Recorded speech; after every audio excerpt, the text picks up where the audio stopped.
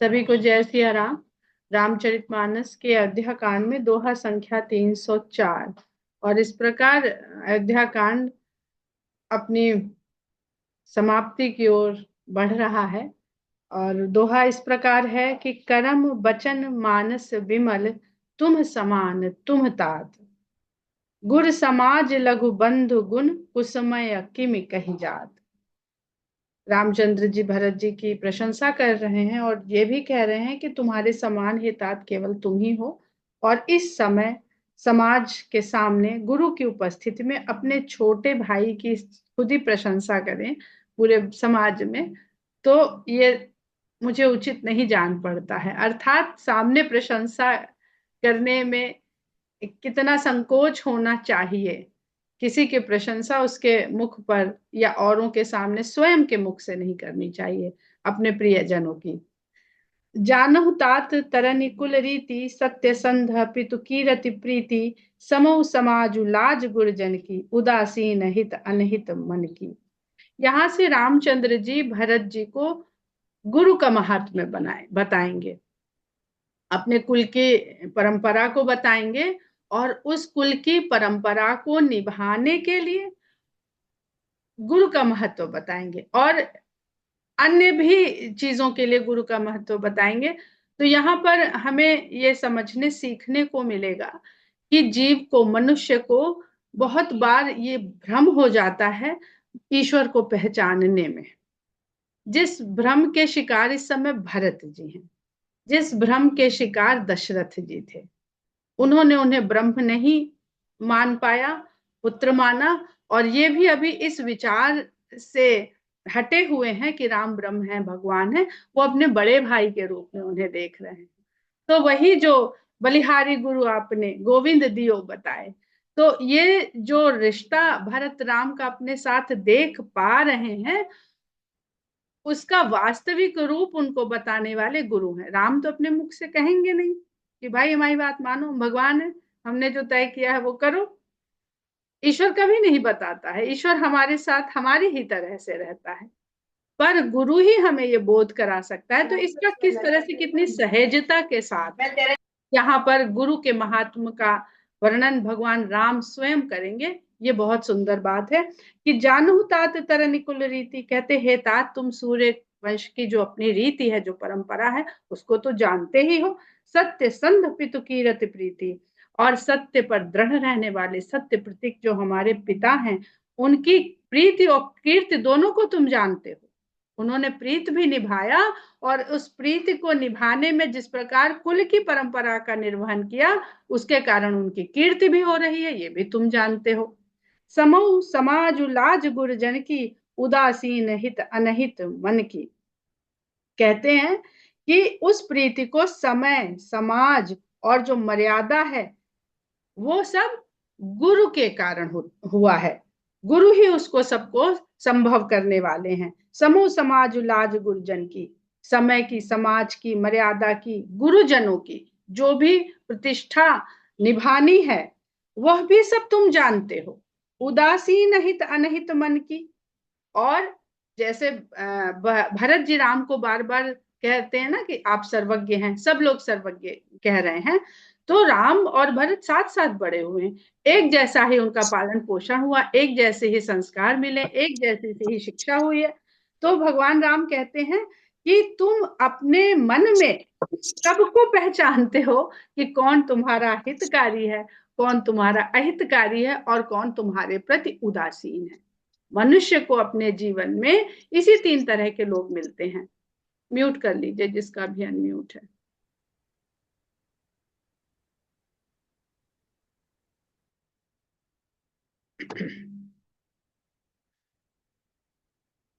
तो भरत जी की क्षमताएं बता रहे हैं और अपने वंश परंपरा की भी याद उनको दिला रहे हैं। तुम ही विदित सब ही कर कर्मू, आपन मोर परम हित धर्मू। तुमको सभी के कर्म का, यानी जो अपना हमारा वंश परंपरा है, उसमें भी तुम सबके बारे में जानते हो। ऐसा तो है नहीं कि उनको अपनी वंश परंपरा के बारे में बताया नहीं गया होगा। तो तुमको सबके कर्मों का ज्ञान है। और आपन मोर परम हित धर्मू, मेरा धर्म क्या है और तुम्हारा धर्म क्या है, तुम इसको भी जानते हो, और धर्म से हित होगा। ठीक है, अगर भरत जी कहते हैं कि अर्थ न धर्म न काम रुचि, तो अपना धर्म तो आप त्याग सकते हैं, पर दूसरे को धर्म से नहीं दिगा सकते हैं आप। तो इसलिए राम कहते हैं कि आपन मोर परम हित धर्मो, हमारा और तुम्हारा परम हित किस धर्म के निर्वहन में है, ये भी तुमको विदित है। मोह ही सब भांति भरोस तुम्हारा, तदपि कहूं अवसर अनुसारा। हे भरत, मुझे अब तुम्हारा ही भरोसा है कि मेरा धर्म पालन हो जाए, इसके लिए मुझे अब तुम्हारा ही भरोसा है। बहुत सुंदर बात भगवान राम के द्वारा कही जा रही है। मोह सब कुछ कही नहीं रहे। देखिए इतना सुंदर ये प्रसंग है कि अयोध्या कांड में क्या राजा दशरथ ने राम से कहा कि तुम अयोध्या त्याग के वन चले जाओ? नहीं कहा। और न यहाँ पर राम भरत से कहेंगे कि तुम वन छोड़ के अयोध्या चले जाओ। पर फिर भी बात आगे बढ़ रही, तो संवाद की जो कला है उसको भी सीखने वाला है। उसमें विनम्रता होनी चाहिए, स्पष्टता भी होनी चाहिए, गोलमोल नहीं होना चाहिए, और साथ ही साथ करने वाले को छूट भी होनी चाहिए, उसके ऊपर दबाव नहीं होना चाहिए। और इतना सुंदर जिस तरह से भरत और राम का संवाद हो रहा है, ये मतलब हम लोगों के लिए उतार पाना असंभव है, लेकिन सीखना संभव है। अगर हम मानस की चौपाइयां गा गा के आनंद कर लेते हैं, बहुत बढ़िया है, लेकिन अगर खाली गाने का आनंद लेना होता तो गोस्वामी जी इस छंद में कुछ भी लिख सकते थे, कुछ भी लिख सकते थे। अभी कहीं पढ़ रहे थे, क्षमा चाहते हैं इस विषय के लिए, कि किसी ने लिखा सोशल मीडिया पे कि अगर मलिक मोहम्मद जायसी पद्मावत नहीं लिखते तो गोस्वामी जी कभी रामचरितमानस नहीं लिख पाते। कितने लोगों को ऐसा लगता है? अगर खाली उनको एक सुंदर छंदों से भरा हुआ ग्रंथ लिखना होता तो पद्मावत जैसे बहुत सारे चरित्र थे इस संसार में, और उनके पास कला थी, प्रवीणता थी, हुनर था, वो लिख सकते थे। लेकिन उन्होंने खाली इसको गा के आनंद उठाने के लिए या कुछ बताने के लिए, कथा सुनाने के लिए नहीं लिखा। जितनी गहरी बातें उन्होंने इन छंदों में समाहित कर दी, वो निश्चय ही समाज को दिशा देने के लिए, समाज को दुखों से उबारने के लिए, इसलिए उन्होंने लिखी। तो कहते हैं मोहि सब भांति भरोसे तुम्हारा, तदपि कहूं अवसर अनुसारा। मुझे हर प्रकार से अब तुम्हारा ही भरोसा है, हमेशा से तुम्हारा ही भरोसा रहा है, तब भी अवसर के अनुसार मैं कहता हूं। तात तात बिनु बात हमारी, केवल गुरुकुल कृपा संभारी। हे तात, तात के बिना यानी पिता के बिना। तात बड़ा सुंदर शब्द है, और हमें ऐसा लगता है कि जैसे अंग्रेजी का डार्लिंग शब्द है, वैसे हमारे यहाँ संस्कृत का तात शब्द है। अब पहले भी हमने बताया कि वो किसी के लिए भी प्रयोग किया जा सकता है जिसको हम हृदय से चाहते हैं, छोटे बड़े का भी वहां भेद नहीं है। तो कहते हैं तात, पिता के बिना हमारी जो बात बनी है, जो बिगड़ी नहीं है, केवल गुरुकुल कृपा संभारी। जो हमारे गुरु हैं केवल उनकी कृपा ने संभाला हुआ है। हम भी चले आए थे, तुम भी नहीं थे, किसने संभाला है पूरे राज्य को, प्रजा को, सबको? नतरु प्रजा परिजन परिवारु, हम ही सहित सब होत खुआरू। नहीं तो प्रजा परिवार सबका ऐसा बेड़ा गर्क होता, हम ही सहित, हमारे सहित भी सब बह जाते, सब बर्बाद हो जाते। जो बिन अवसर अथव दिनेशु, जग कही कहु न होई कलेसु। यदि बिना समय के, समय से पहले सूर्यास्त हो जाए तो भला बताओ इस संसार में किसको क्लेश नहीं होगा। तस उत्पात तात विधि कीन्हा, मुनि मिथिलेश राखी सब लीन्हा। हे तात, ऐसा ही उत्पात विधाता ने किया अयोध्या के ऊपर, लेकिन वशिष्ठ मुनि और मिथिलेश जी ने सबको रख लिया, अर्थात सबको संभाल लिया, सबकी रक्षा कर ली। राज काज सब लाज पति धर्म धरनी धन धाम, गुर प्रभाव पाली सबही, भल होई परिणाम। अब क्या कहना चाह रहे हैं? अरे तुम ये कर्ता भाव में काहे बैठे हुए हो कि तुम नहीं संभाल पाओगे? न तुम संभाल पाओगे, न हम संभाल पाएंगे। अगर इस काबिल होता तो जैसे ही दशरथ विहीन और राम विहीन और भरत विहीन अयोध्या हुई थी, उसको डूब जाना चाहिए था। पर कोई तो था जो उस अयोध्या को संभाले हुए था। तो कहते हैं राज काज मर्यादा और पति, पति का मतलब है जो हम लोग गाते हैं ना, अब पति राखो बनवारी, तो ये पति स्वामी वाला नहीं है, लाज मर्यादा, तो प्रतिष्ठा हमारी, धर्म, धरती, धन और भवन, ये सब का जो पालन पोषण रक्षण हुआ है वो सब गुरु के प्रभाव से हुआ है। गुरु प्रभाव पाली ही सभी, आगे भी गुरु की कृपा से ही, गुरु के प्रभाव के कारण सबका भला होगा, अर्थात परिणाम सब अच्छा होगा। प्रभाव शब्द बहुत आता है, और प्रभाव शब्द में अगर हम इसको तोड़ दें तो हम देखते हैं, पाते हैं शब्द भाव। भाव पर किसका प्रभाव है ये बहुत महत्वपूर्ण है। भाव, प्रभाव और स्वभाव, तीन शब्द हैं। अगर हम अपने भाव को अपने स्वभाव के अनुसार चलाएंगे तो हम कभी कभी किसी संकट में नहीं फंसेंगे। अगर उस पर किसी दूसरे का प्रभाव हो गया तो सब गड़बड़ हो जाएगा। कैकेयी अगर अपने भाव को, राम के प्रति जो भाव था उसको स्वभाव से चलती तो ये नहीं होता। ये बहुत सिखाने के लिए, अब थोड़ी देर के लिए भूल जाइए कि सब रचित था, भगवान की इच्छा से हो रहा था, इच्छा से हो रहा था, पर इसमें शिक्षा हर कदम पर है। लेकिन उसके भाव पर प्रभाव मंथरा का हो गया तो दिशा बदल गई उस कार्य की, उस क्रियाकलाप की। तो गुर प्रभाव पाली है सबही, भल होई है परिणाम, सहित समाज तुम्हार हमारा, घर बन गुरु प्रसाद रखवारा। अरे समाज के सहित हमारा और तुम्हारा, हम चाहे घर में हो या वन में हो, यानी तुम घर में रहोगे हम वन में रहेंगे, हमारी रक्षा तो गुरु का प्रसाद ही करने वाला है। हम कौन होते हैं? तो किस तरह से गुरु की महिमा भगवान राम बता रहे हैं और ये समझा रहे हैं।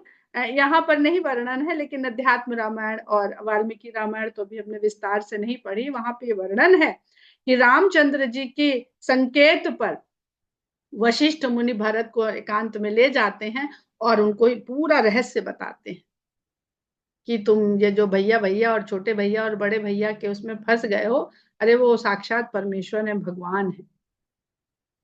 भगवान तो कहीं स्पष्ट रूप से कह नहीं रहे, गुरु की ओर इशारा, गोस्वामी जी यहाँ गुरु की ओर संकेत कर दे रहे हैं। मातु पिता गुरु स्वामी निदेशु, सकल धर्म धरनी धर सेसु। कहते हैं माता पिता गुरु और स्वामी के निर्देश का पालन करना ही सभी धर्म को उस तरह से धारण करने वाला है जैसे शेष अपने शीश पर धरती को धारण करते हैं। अब शेष कौन सी धरती को धारण करते हैं?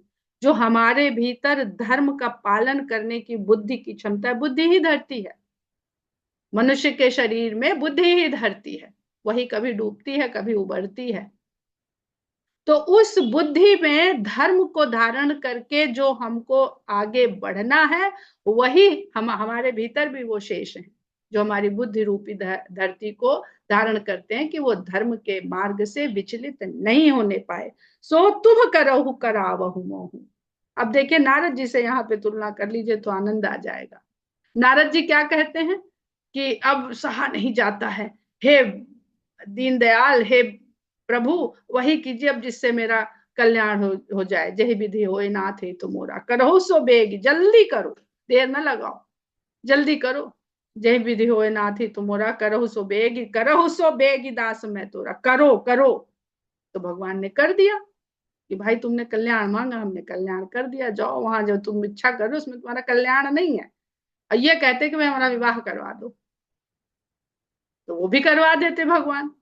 और यहाँ भगवान क्या कह रहे हैं? सो तुम करहु करावहु मोहु। भगवान भक्त से नहीं कह रहा है कि तुम ये करो, वो भक्त से कह रहा मुझसे वो करवाओ। तो भक्त को भगवान के जैसा तो कम से कम विनम्र हो जाना चाहिए, जिसकी सारी सत्ता है, जिसकी सत्ता है एक वही सत्य है। सत्य शब्द और सत्ता शब्द का भी आपस में संबंध है, सत्य की ही सत्ता है सब जगह। तो कहते हैं कि सो तुम करहु करावहु मोहु, तात तरन कुल पालक हो। हे तात तुम वही करवाओ मुझसे और तुम भी करो, और इस प्रकार सूर्य वंश के पालक हो, रक्षा करो सूर्य वंश की। साधक एक सकल सिद्धि देनी, कीरति सुगति भूति मैं बेनी। क्योंकि किसी भी साधना क्यों की जाती है? कि हमें बाद में सिद्धि हो, जो साधना करी है वो सिद्ध हो जाए, उसके फल की प्राप्ति हो जाए, उसका परिणाम सुखद हो जाए। तो कहते हैं एक ही साधना सकल सब सिद्धियों को देने वाली, और कीर्ति, सदगति और विभूति इससे मय है, भरी हुई है। कीर्तिमय है, सदगतिमय है, विभूतिमय है। यही त्रिवेणी है मनुष्य के जीवन की। उसकी कीर्ति भी हो, उसकी गति सुंदर हो, उसके पास ऐश्वर्य हो। तो ये कैसे मिलती है? धर्म का आचरण करके, धर्म के मार्ग पे चल के। आज बहुत कुछ मिल जाता है, अर्थ मिल जाता है, तो यश चला जाता है, कीर्ति चली जाती है, प्रतिष्ठा चली जाती है, कभी ना कभी जाती है। तो इसीलिए, क्योंकि जो बुद्धि है वो बुद्धि रूपी हमारी पृथ्वी है, वो धर्म को धारण नहीं करती है। सो विचारी सही संकट उभारी, करहु प्रजा परिवार सुखारी। तुम्हारा धर्म प्रजा और परिवार को सुखी करना है, अपने सुख की सोचना नहीं है। प्रजा और परिवार को सुखी करने में अगर संकट सहना पड़े तो सहो, यही तुम्हारा धर्म है। यही सूर्य वंश में जन्म पाए हो तो खाली इसलिए थोड़ी पाए हो कि सुख से राजकुमार की तरह जीवन यापन करोगे। राजा दशरथ ने क्यों क्यों कष्ट उठाया? क्योंकि अपने सूर्यवंश में जन्म पाने का उन्होंने कर्तव्य का पालन किया। और ठीक यही तो राम ने किया। राजा बनने के बाद उन्होंने प्रजा और परिवार का, प्रजा का संतोष देखा, परिवार का भी नहीं, प्रजा का संतोष देखा, कि अपना सुख और संतोष देखा। जब हम लोग यहाँ मानस में नहीं है, पर सीता की परित्याग की बात अगर करते तो राम जो जैसा दूसरों को सिखाते हैं वैसा खुद भी करते हैं। ये थोड़ी कि भरत को तो कह दिया सो विचार ऐसे ही संकट उभारी, करहु प्रजा परिवार सुखारी। वो अपने लिए भी वही कायदा, वही नियम अपने ऊपर भी लागू करते हैं। बाटी विपत्ति सब ही मुहि भाई, तुम ही अवधि भरी बड़ी कठिनाई। हाँ, मेरे ऊपर जो स्थिति आई, इस विपत्ति, लोगों को विपत्ति दिख रही है तो भगवान भी विपत्ति कह रहे हैं। कहते हैं कि मेरी विपत्ति तो है भाई सबने बंटवा ली, सब मेरे साथ खड़े हो गए, लेकिन मैं ये जानता हूं कि तुम्हें ही अवधि भरी, यानी 14 वर्ष की अवधि तुमको बड़ी कठिनता रहे। जानी तुम्हें ही मृदु कहूं कठोरा, कुसुमय तात न अनुचित मोरा। तुम बड़े कोमल स्वभाव वाले हो, बड़े मृदुल हो, बड़े भावुक हो, और मैं तुमसे ऐसा कह रहा हूं, ऐसी कठोर बात कह रहा हूं, लेकिन ये ऐसा समय है कि ऐसा कहना मेरे लिए कुछ भी अनुचित नहीं है। होई कुठाए सुबंधु सहाय, उड़ी है हाथ असनहि के घाय। क्यों मैं तुमसे कह रहा हूं? क्योंकि जब बुरा समय आता है तो भाई ही सहायक। बहुत सुंदर चौपाई है। हो ही कुठाय सुबंधु सहाय, बुरा अवसर आने में, बुरी परिस्थिति आने में भाई ही सहायक होता है। जैसे अगर तलवार से वार हो हमारे ऊपर, तलवार का घात हो, असन तलवार, तो हाथ ही आकर के रोकता है। हाथ भाई के समान है। वार कहाँ हो रहा है? गर्दन की तरफ, यानी मुख की ओर। और रोक कौन? हाथ कहे भैया हम काहे कटने जाएं, जिसको काट रहा है वो करे अपनी रक्षा। तो कहते हैं भाई तो उस हाथ के समान है कि जो अगर तलवार का आघात किया जाए, आक्रमण किया जाए तलवार से, तो हाथ ही आगे आके ओढ़ते हैं, उसको रोकते हैं, आड़ बनते हैं। तो हे भाई, मैं तुम्हारे ही ऊपर भरोसा कर रहा हूं और तुमको ये तलवार रूपी कठोरता सहने को कह रहा हूं। ये जो समय की कठिनता है, सेवक कर पद नयन से मुख सो साहिब होई, तुलसी प्रीत की रीत सुनी सुकब सराह ही सोई। जो स्वामी है वो केवल मुख है, स्वामी मुख है, बाकी जितने भी हाथ पैर आंख। जब तलवार का वार हुआ तो सबसे पहले आंखों ने देखा, आंखों ने देखा तो प्रतिक्रिया हाथ और पैर तो करेंगे, हाथ रोकेगा और पैर पीछे लेंगे अपने आप को। तो ये सब सेवक हैं, ये उस मुख की रक्षा कर रहे हैं। और इस मुख को केवल स्वामी बना के तुलसीदास जी या भगवान राम बचा नहीं देते हैं, सब कुछ खाली करवाने के लिए नहीं बना देते हैं। आगे भी कहते हैं, जब भरत जी उनसे नीति राजनीति की शिक्षा लेंगे तो मुखिया मुख सो चाहिए खान पान को एक, पाल ही पोस ही सकल अंग तुलसी सहित विवेक। तो दोनों का संबंध देखिए, दोनों दोहे लिख लीजिए एक जगह। और इसका संबंध बना के आप इसको बहुत सरलता से समझ सकते हैं। तो सेवक कर पद नयन से, सेवक हाथ पैर और आंख की तरह है और मुख स्वामी की तरह है हमारे शरीर में। और तुलसी प्रीत की रीत सुनी सुख बिसराहा ही सो, ये प्रीत की रीत जो कोई ढंग से निभाता है, तुलसीदास जी कहते हैं कि सारे कवि ऐसे स्वामी और सेवक की सदा सराहना करते हैं। सभा सकल सुनि मुनि सभा सकल सुनि रघुबर बानी, प्रेम पयोध अमीय जनुसानी, शिथिल समाज स्नेह समाधि, देश देखी दशा चुप शारद साधी। अब भगवान राम स्वयं बोल रहे हैं, तो शारदा की यहाँ पे जो भगवान उनको देते हैं ये क्षमता, वाणी जाए संसार में, वाणी के रूप में सबको प्रकाशित करें, जानकारी दें श्रवण के द्वारा। लेकिन राम स्वयं अपनी वाणी से जब ये बात कह रहे हैं तो सारी सभा प्रेम पयोध अमीय जनुसानी, जो भगवान की वाणी वो ऐसा लग रहा है कि प्रेम के समुद्र में जो अमृत है उससे सनी हुई है। तो जो प्रेम का समंदर भरत जी हैं और जो करुणा का समंदर भगवान राम हैं, ये प्रेम और करुणा के समंदर का मिलन हो गया है चित्रकूट में। और इस प्रेम और करुणा का जब समुद्र का मिलन होता है, संगम होता है, तो केवल अमृत ही निकलता है, कोई विष नहीं निकलता है। इस संसार रूपी समुद्र में जब मनुष्य के भीतर समुद्र का मंथन होता है तो विष और अमृत दोनों निकलता है, क्योंकि यहाँ पर एक तरफ देव है और एक तरफ दानव है। लेकिन इस समुद्र का जो मिलन होके जो मथा जा रहा है, इसमें एक और भरत है, एक और भगवान है, तो यहाँ कैसे विष निकलेगा? यहाँ केवल और केवल अमृत ही निकलेगा। सारा समाज ये देख करके ऐसे शिथिल हो गया मानो उसको प्रेम समाधि लग गई है। सूरदास जी का बड़ा सुंदर भजन है ना, सबसे ऊंची प्रेम सगाई।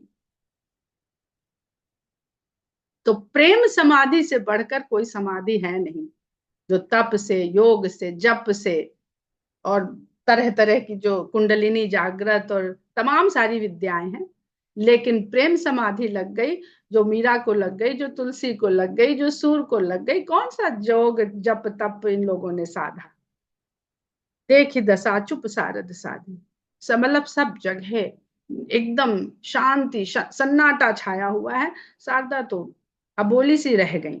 भरत ही भयउ परम संतोषु, सन्मुख स्वामी विमुख दुख दोषु। भरत जी को परम संतोष हो गया, क्योंकि स्वामी के सन्मुख होते ही उनके जो दुख और दोष थे उन्होंने मुंह मोड़ दिया, वो विमुख हो गए। अब यहाँ देखिए, परिस्थिति वही है, कोई परिस्थिति नहीं बदली है।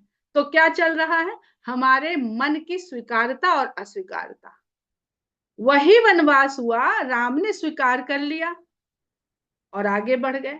तो राम कहते हैं, राम का चरित्र सिखाता है कि जो अवसर, जो परिस्थिति आती है उसको स्वीकार करिए और उसको स्वीकार करके उसमें अवसर ढूंढिए कि हाँ यहाँ क्या कर सकते हैं।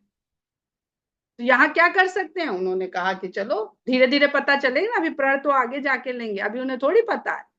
जब वो भुज उठाई पनुलीन, अभी आगे जाके, अभी तो अयोध्या वासियों के ही साथ उनका और ऋषि मुनियों के साथ बढ़िया ज्ञान ले रहे हैं और अयोध्या वासियों के दुख दूर कर रहे हैं। लेकिन भरत जी ने उस स्थिति को स्वीकार नहीं किया, उस परिस्थिति को। तो क्या हुआ? दुख, विषाद, पश्चाताप, ग्लानि, लज्जा, इससे सबसे त्रस्त हो गए हैं। तो भगवान की शरण में जाने से हम लोग सोचते हैं आज भगवान जी की प्रार्थना कर लिया, अब हमारा सब बदल जाएगा, सब ठीक हो जाएगा। ना, परिस्थिति वही रहेगी, परिस्थिति वही रहेगी। हाँ, हमको उसकी स्वीकार्यता का हिम्मत, साहस, जो भी कह लीजिए, वो आ जाएगा। और जब ये आ जाएगा तो सब ठीक हो जाएगा। रात होती है, अभी तो बिजलियां हो गई, जब रात होती तो हम क्या करते हैं? ढकेलते हैं सूरज को, खींचते हैं अपनी तरफ कि नहीं नहीं मत जाओ मत जाओ, अरे हम क्या, अभी तो हमारा खाना नहीं बना है, अभी तो हमारी गैया चर के नहीं आई है, फलाना ढिमकाना, जो भी काम उस समय में होते थे। नहीं करते थे ऐसा ना, उसे स्वीकार कर लेते थे। तो जब जीवन में ऐसे अंधकार रूपी अवसर परिस्थितियां आए तो उसे भी तो स्वीकार कर लेना चाहिए। भरत ही भयउ परम संतोषु, सन्मुख स्वामी विमुख दुख दोषु। हाँ, भरत जी के साथ इतना अवश्य हुआ कि जब वो राम के सन्मुख हुए तब ये दुख दोष उनसे विमुख हुए।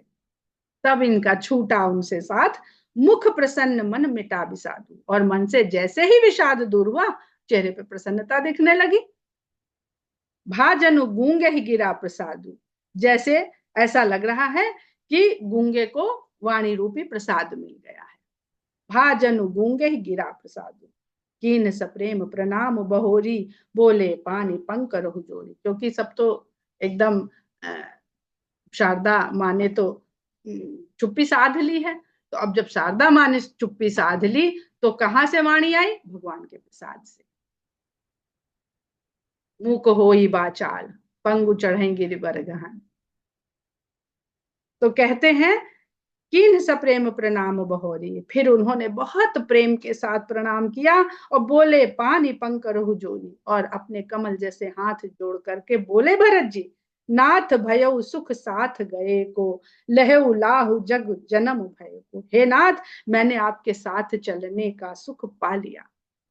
यही तो कह रहे थे, हमें साथ ले चलो, लक्ष्मण को लौटा दो। तो वशिष्ठ जी ने किनारे ले जाके बताया कि अरे तुम ये क्या कह रहे हो भाई, वो भगवान है, वो उनकी आदि शक्ति हैं, और वो उनके साथ शेष हैं, ये सब जा करके वहां रावण का वध करेंगे, मेघनाथ को वो ही मारेंगे।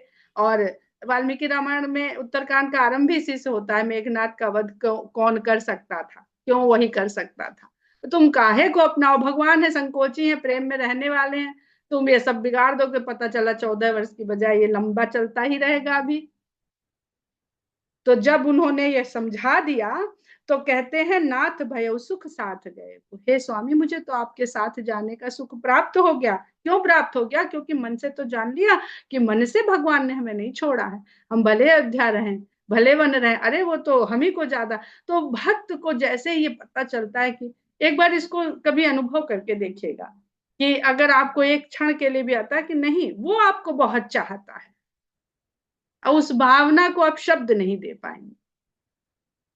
नाथ भय सुख साथ गए को, लहु लाहु जग जन्म भय को। और मैंने इस संसार में जन्म लेने का लाभ भी पा लिया, जो कैसे कोस रहे थे जब आए थे कि मेरा जन्म ही ना होता। कैसे बदल गई, हाँ, मन ने जैसे ही स्थिति बदली, वही चीजें, उसका सारा भाव बदल गया। अब कृपाल जस आयस होई, करऊं शीस धरि सादर सोई। है कृपाल, अब जैसी आज्ञा होगी मैं आदर के साथ उसको शिरोधार्य करूंगा। सो अवलंब देव मोहि देई। वो समझ रहे हैं कि मेरे लिए क्या आदेश हो। कहीं कहा भगवान राम ने कि जाओ तुम अयोध्या लौट जाओ? कहीं कहा? कहीं नहीं कहा। पर भरत जी क्या कह रहे हैं? सो अवलंब देव मोहि देई, पर आप मुझे कुछ ऐसा सहारा तो दे दीजिए, अवधि पारु पावो जही से, जिसकी सेवा करके मैं उस अवधि को काट तो सकूं, पार कर सकूं। कौन सी अवधि? हमारी ये जो जीवन 14 वर्ष का, 14 वर्ष का 14 भुवन, बहुत सारे हम लोगों ने एक बार चर्चा करी थी ना कि 14 के तात्पर्य क्या क्या है। तो इसमें कुछ सहारा तो रहे। हमें पता है कि आपसे दूरी, आपसे वियोग, और ये पीड़ा और ये कष्ट और ये संघर्ष, ये रोना, ये विलाप, ये जाएगा नहीं हमारे जीवन से, लेकिन कोई सहारा तो दे दीजिए। देव देव अभिषेक हित गुर अनुशासन उपाई, आने सब तीरथ सलिल, तहि कह का हर जाई।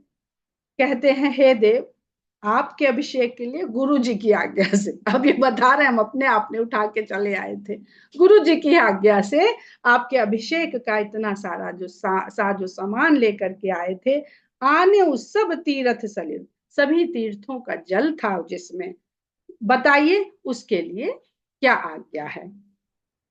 हम लोग यहीं पर विराम करते हैं। दोहा संख्या 307 पर बहुत ही सुंदर प्रसंग है। जय सिया राम।